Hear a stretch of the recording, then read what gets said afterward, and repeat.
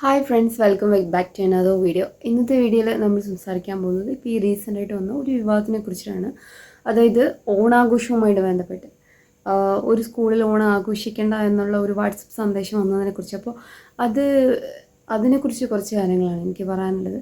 സത്യത്തിൽ അത് ഇന്ന് എന്തുകൊണ്ടെന്നറിയില്ല, ഇന്ന് പലർക്കിടയിലുള്ള പലർക്കിടയിലും അത് നിലനിൽക്കുന്ന ഒരു തോട്ടായിരിക്കാം അവരുടെ വാക്കുകളിലൂടെ പുറത്തു വന്നിരിക്കുക. അപ്പോൾ ഒരുപക്ഷെ അവരത് ഒരു വാട്സപ്പ് ഗ്രൂപ്പിൽ പറഞ്ഞത് ആരെങ്കിലും കുറച്ച് പേരത് കമ്മ്യൂണിക്കേറ്റ് ചെയ്യാൻ തയ്യാറായതുകൊണ്ടാണ് അത് സമൂഹ മാധ്യമം പുറം ലോകമൊക്കെ അത് അറിഞ്ഞത്.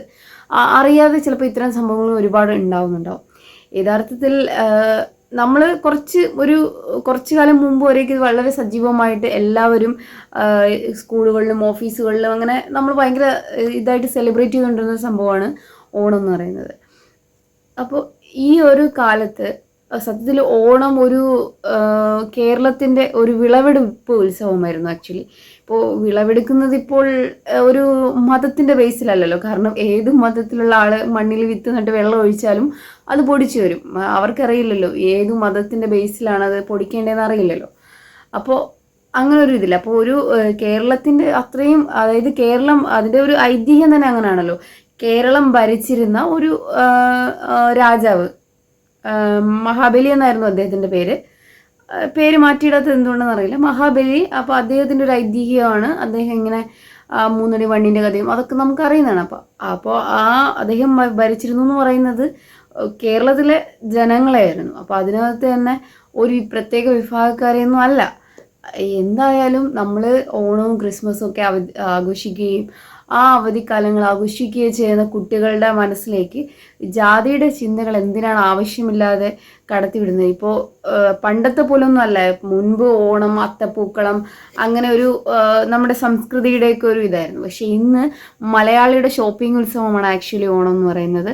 മലയാളികളുടെ തുണിയെടുപ്പ് ഉത്സവമെന്നോ അല്ലെങ്കിൽ ഷോപ്പിംഗ് ഉത്സവം എന്നൊക്കെ പറയാവുന്ന രീതിയിലേക്ക് ഇന്നത്തെ ഓണം മാറിയിട്ടുണ്ട്. ഇപ്പം നമുക്ക് ഈ ആധുനിക കാലത്ത് ഒട്ടും സമയമില്ലാതിരിക്കുന്ന കാലത്ത് ഈ ഒത്തുചേരലിൻ്റെ ഒരു സംഗതി കൂടിയാണ്. അതായത് സുഹൃത്തുക്കളും ബന്ധുക്കളും ഒക്കെ ഒത്തുചേരുന്നു, സ്കൂളാണെങ്കിലും കോളേജാണെങ്കിലും കുട്ടികൾ അതൊന്ന് ആഘോഷിക്കുന്നു, അത്രയൊക്കെ ഇതിനെ കാണേണ്ടതുള്ളൂ. അല്ലാതെ ഇതിനകത്തേക്ക് മതം കലർത്തുന്നതിനകത്ത് ഒരു കാര്യമില്ല. ഇപ്പോൾ പ്രവാസികളൊക്കെ ഓണം ആഘോഷിക്കുമ്പോൾ അവിടെ മാവേലിയും സദ്യ ഒരുക്കുന്ന ആൾക്കാർ എല്ലാവരും ഡിഫറെൻ്റ്. അവർ റിലീജിയനൊന്നും നോക്കാറില്ല. കാരണം അന്ന് ഒരു ദിവസം ഇല്ലാത്ത സമയമൊക്കെ അഡ്ജസ്റ്റ് ചെയ്ത് എടുത്തിട്ടായിരിക്കും അവർ ഒരു ആരുടെയെങ്കിലും, അത് ഒരു പക്ഷേ ഒരു അബ്ദുൽ ഖാദറിൻ്റെയോ അല്ലെങ്കിൽ ഒരു എന്താ പറയുക ഒരു ജോയിയുടെയോ അല്ലെങ്കിൽ ഒരു രാധാകൃഷ്ണൻ്റെയോ റൂമിൽ കുറച്ച് സ്ഥലത്ത് ഒരു 5-8-10 പേര് കൂടുന്നു. അതിനകത്ത് റിലീജിയനൊന്നും നോക്കാല്ല, എന്തായാലും ഡിഫറെൻ്റ് ആയിട്ടുള്ള ആൾക്കാർ കാണും. അവരെല്ലാവരും കൂടെ ഒരു സദ്യയൊക്കെ സെറ്റ് ചെയ്ത് കഴിക്കുന്നു. അതൊരു സന്തോഷമാണ്, അതൊരു ഒത്തുചേരലാണ്. അതുപോലെ ലോകത്തിൻ്റെ ഏത് കൊണ്ടുള്ള മലയാളിയും ഓണം അവർക്കൊരു നൊസ്റ്റാൾജിക് ഓർമ്മയാണ്. അതായത് അപ്പോൾ അങ്ങനെയൊക്കെയാണ് ഓണത്തിൻ്റെ കാര്യങ്ങളുള്ളത്. അപ്പോൾ അതിലേക്ക് ഇത്രയും നമ്മുടെ ഒരു ദേശീയോത്സവത്തിൻ്റെ കാര്യത്തിൽ പോലും എന്തിനാണ് വെറുതെ ആവശ്യമില്ലാതെ മതം കയറ്റിവിട്ട് നമ്മുടെ സ്കൂളിലെ തലത്തിൽ തന്നെ അത് സ്റ്റാർട്ട് ചെയ്ത് കുട്ടികളെ ഇങ്ങനെ ഒരു ഡിഫറൻ്റായിട്ട് ഭിന്നിപ്പിക്കാതിരിക്കാൻ വേണ്ടി നമ്മൾ മുതിർന്നവരാണ് ശ്രദ്ധിക്കേണ്ടത്. കുറച്ചു കാലം മുൻപ് ഇതൊന്നും ഇല്ലായിരുന്നു. ഇതൊക്കെ നമ്മൾ എല്ലാ വിഭാഗത്തിലും എല്ലാ മതത്തിലും തീവ്രമായിട്ടൊരു മതത്തിനെ പിന്തുടരുന്ന ആൾക്കാരുണ്ടാവും.